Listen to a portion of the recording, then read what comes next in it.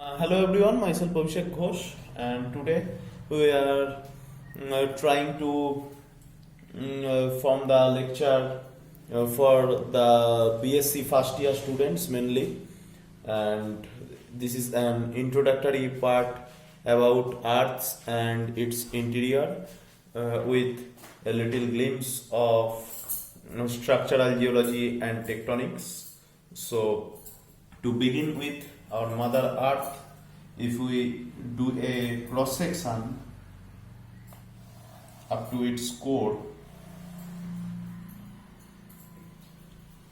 whose this radius of Earth is almost 6,378 kilometer, and the outermost part is called crust, the middle part is called mantle, and the most inner part is called core. So the crust, it is having the lowest density. The average density, that is rho, written as rho, of Earth is around 5.6 gram per cc. And for crust, there are two types of crust actually, continental crust and oceanic crust. If we zoom into the crust, then suppose Mount Everest, it is on the continental crust, and below the sea, like Pacific Ocean or Atlantic Ocean, there lies oceanic crust. So this is continental crust, and this is oceanic crust, and this is normal sea on the surface of the earth. So the density of this continental crust is 2.6 gram per cc, while for oceanic crust is around 2.9 gram per cc, and the average density of mantle is 3 to 5.4 gram per cc, and the density of core, average density of core lies from 9.5 to 14.5 gram per cc. So this is the division of the Earth's interior, broad division. This depth is around 2,900 kilometer, and as you see, continental crust is thicker in comparison to oceanic crust. So the thickness of continental crust, it is highest below the young mountain chain like Himalaya, and it is around 20 to 70 kilometer. Means continental crust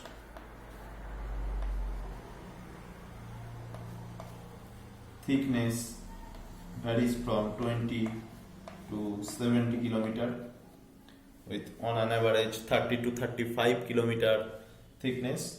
20 is below the most stable craton. Of course, the beginners in geology will not understand the meaning of craton or most stable parts, but count on these words, because these words will help you in every step of geology in future. So please don't ignore this kind of words which you don't understand. try to find the meaning of this, and in my later lectures in future I will explain this in detail. And below Himalaya, the continental crust thickness is around 770 kilometer, and below the stable parts, which are inactive, basically Himalaya is still rising. That is why it is the active part of continental crust. Below the active part, the continental crust thickness is more, and below the inactive part, continental crust thickness is less. And oceanic crust is very thin. Its average thickness is around 5 to 10 kilometers. So this is the crust thickness. You can take it as 30 kilometer average. So this boundary you mark as 30 kilometer. From 30 to 2900, it is mantle, and from 2900 to the center of the earth, it is 6378 kilometer, which is approximate radius of earth. So this is all about the density part. And broader subdivision, this crust, mantle, everything can be subdivided in more detail, and for that continental crust subdivision we have shown. So if we put in this way, this is continental crust and this is oceanic crust. Below this mantle up to this 2900 kilometer. This mantle can be subdivided into 2 or 3 parts for convenience and drawing a similar mantle below the crust. Both are same mantle.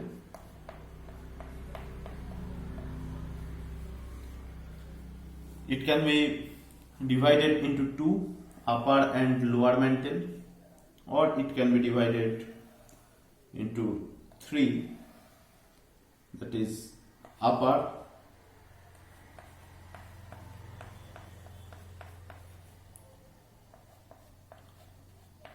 transitional,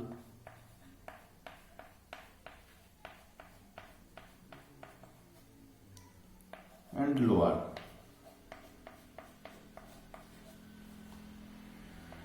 Here only upper and lower. So both hypotheses are existing. So the upper mantle, whose density is less, generally in 2 division it lies around 750 kilometer, which demarcates approximate boundary between upper and lower mantle, and in this case it starts from 410 kilometer up to 670 kilometer. Actually there are 2 distinct density difference zone because of 2 conversion of minerals, which I will cover during petrology and mineralogy lecture. But for now you get my point that there can be two classification of mantle. And see, the thing is, this question might arise in your mind that how do we know that this kind of divisions are existing? For that, we cannot enter into the Earth's interior because temperature is very high. Temperature from above is around 20 degrees Celsius where we are living on the Earth's surface. But as we go downward, the geothermal gradient per kilometer 25 degrees Celsius temperature actually increase with depth. If it is the depth, this is the temperature curve. So in crust, this is the geothermal gradient 25 degrees Celsius per kilometer. So you can understand that we cannot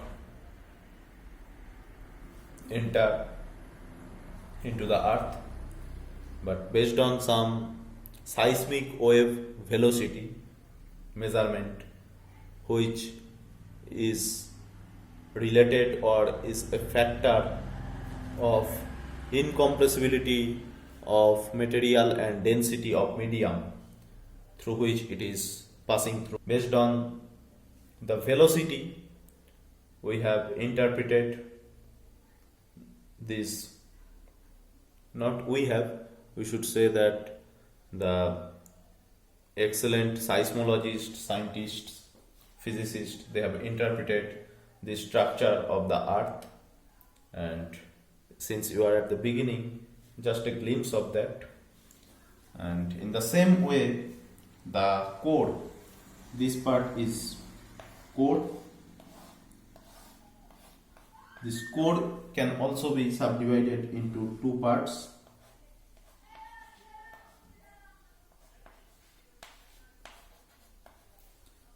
And this marks the 5,150 kilometer. This marks the boundary between outer core and inner core. The outer core is actually liquid. It might appear strange that this outer core, within the earth there is a liquid layer, but outer core is liquid and inner core is solid. This liquid outer core and its relatively different rotation actually generates, or one of the three factors for the generation of magnetism. Without this liquid outer core, probably the magnetism would not have been generated. So that is a topic of research actually. So this is overall the Earth's interior. Now suppose to check the discontinuity surfaces of Earth's interior, which have been discovered by the scientists, and many of them are named on their name only. We are drawing the Earth's interior in the form of a cylinder for convenience.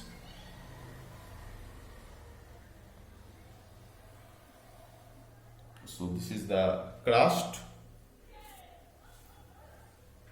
Below that it is the mantle, and this part is core. So this is 0 kilometer, this is around 30 kilometer. This crust mantle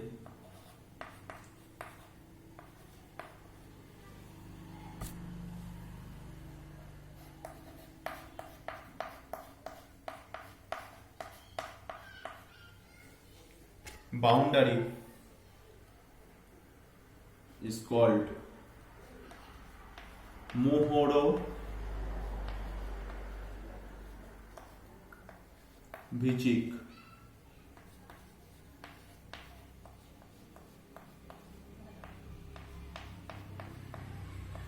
Boundary, or in short form Moho. Here P wave velocity, the seismic wave velocity are of two kind, body wave and surface wave. Body waves are primary wave and shear wave, that is P wave and S wave, and surface waves are Rayleigh wave and Love wave. We will come into that later. So this P wave velocity around this, when it crosses the crust mantle boundary, it suddenly rises from 7 km per second to 8 km per second. So this characterizes the Mohorovic boundary. Now another concept of the same crust mantle part which we need to know before going further. This is the crust, and suppose this is the upper mantle. This is the upper mantle, this is the lower mantle, and this is the crust. Based on rigidity and for the concept of plate tectonics, this is also a very new term to you, plate tectonics. We will go in detail definitely later. But this crust and some part of upper mantle which forms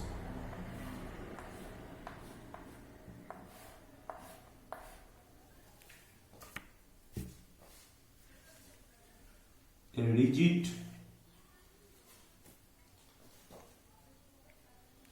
part. This is called, together, this is called lithosphere. This crust and a small part of upper mantle, generally its depth varies from 50 to 220 kilometer. This small part is called together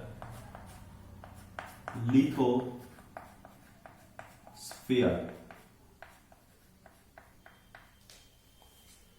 Scientists first got a hint about the existence of lithosphere in 1911. His name was probably Love, and then by another scientist, Bedell, the concept was supported at that time, and so we can say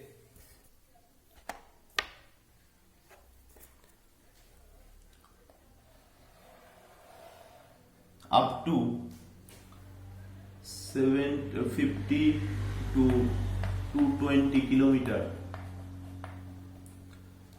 This part is called lithospheric part. The lithosphere containing continental crust is called continental lithosphere, and the lithosphere containing oceanic crust is called oceanic lithosphere. Means suppose this is the continental crust and this is the oceanic crust. The part of upper mantle below this continental crust will be called together continental lithosphere, and this oceanic crust and below that the part of upper mantle which falls within the range of lithosphere is called oceanic lithosphere. So how this lithosphere has been differentiated? Because of its rigidity. In the form of rigid plates, this lithosphere can move. This can move above the viscous upper mantle. So if this part is called lithosphere, the part below is called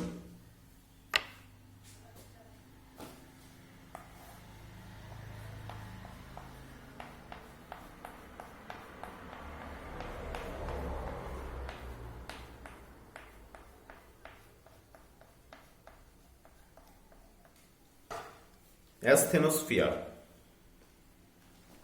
This part below the lithosphere. The depth of or the base of asthenosphere is not known. So this lithosphere and asthenosphere is more ductile. The difference between lithosphere and asthenosphere is it is more brittle in nature, and asthenosphere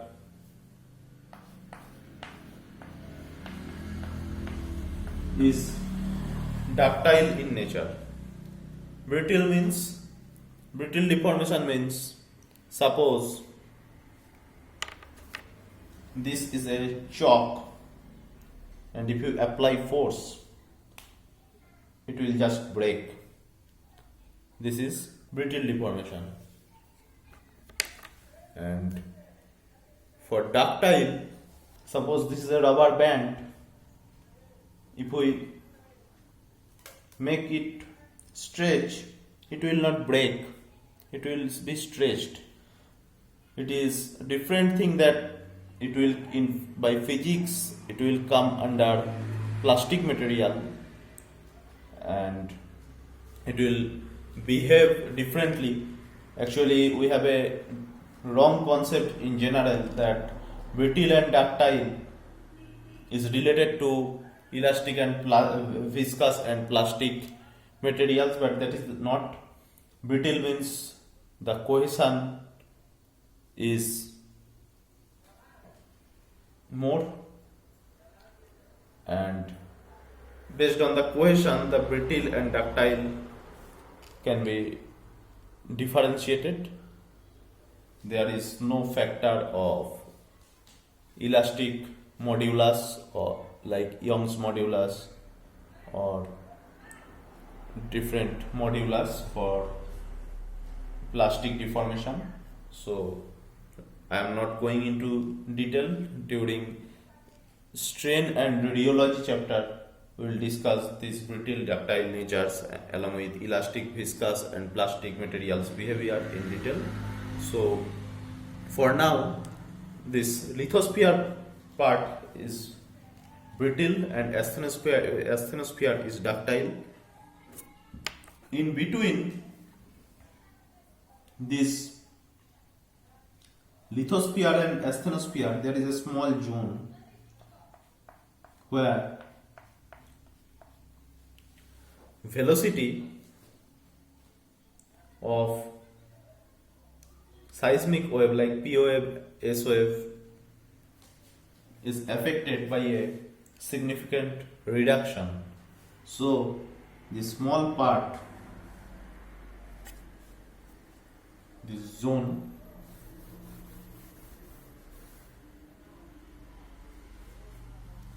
is called LVZ, that is low velocity zone. This small part. It was discovered by a lady seismologist named Ing Lehmann.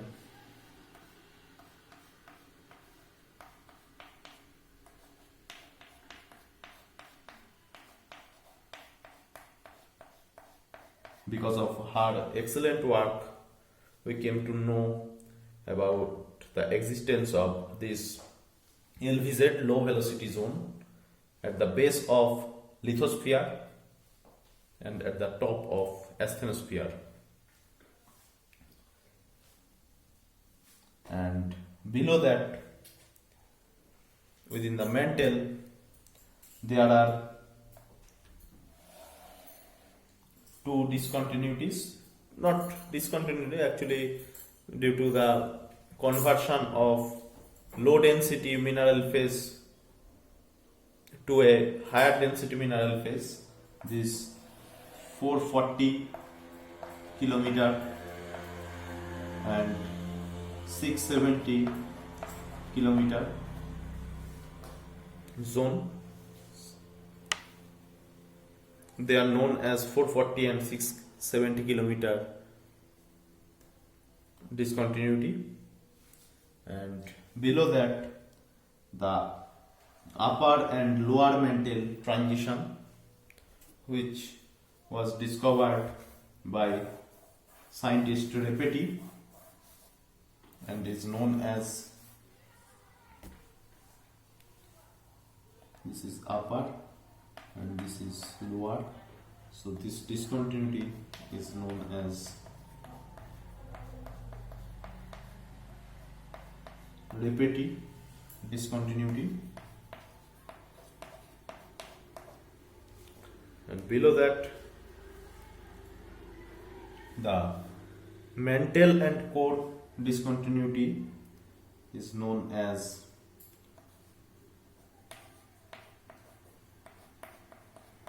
Gutenberg discontinuity. And below that, outer core and inner core discontinuity is called Lehmann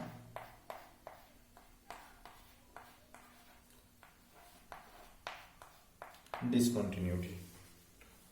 So this is a brief idea about the Earth's interior.